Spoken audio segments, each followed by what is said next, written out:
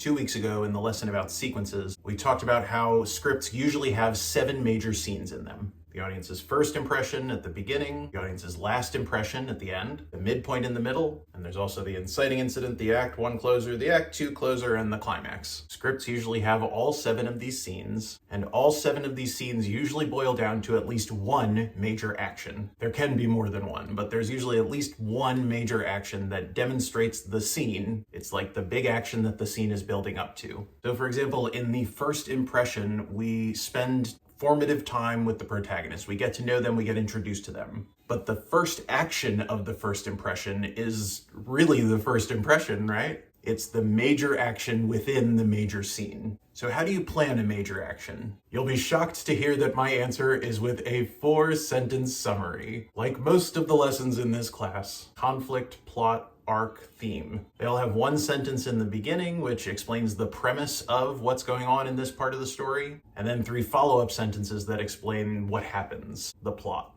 Well, it turns out you can also plan the major actions of your story with a 4-sentence summary. So the premise of a major action, the thing that prompts it, the thing that gets the ball rolling, is a stimulus. Something happens to the protagonist. Because it's related to the conflict, it probably changes their status quo, which triggers them to act. So something happens to the protagonist, there's a stimulus. And narratively, there are 3 phases of their action. There's the action itself, the reaction, and the pre-action. I'm not proud of the term, but it's the best I can do right now. Obviously, the action is what does the protagonist do? What verb? Or what do they try to do? Because maybe they're not fully arced yet, so what are they trying to get done? What do they think is the right way to approach this problem? Or maybe they're fully arced and they know what is the right verb for them to be doing, what's the right way for them to be behaving right now in order to overcome their antagonism and achieve the objective.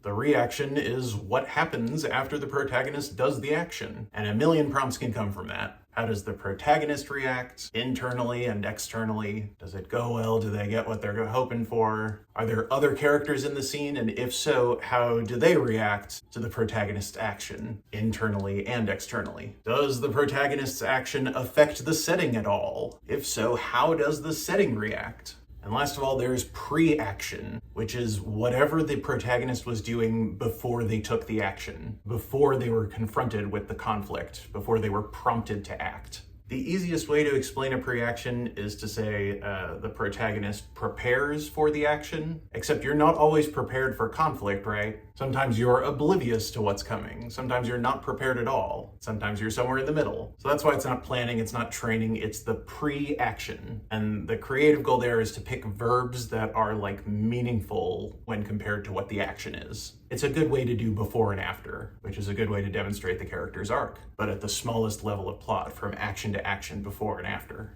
So when I'm planning a major action, even if once it goes into the script, it's just going to be a couple words, even if in the script I only type Marty McFly goes back to the future, period. If it's one of the major, most important moments in the whole story, then I think it's worth planning with a 4-sentence summary. Stimulus, pre-action, action, and reaction.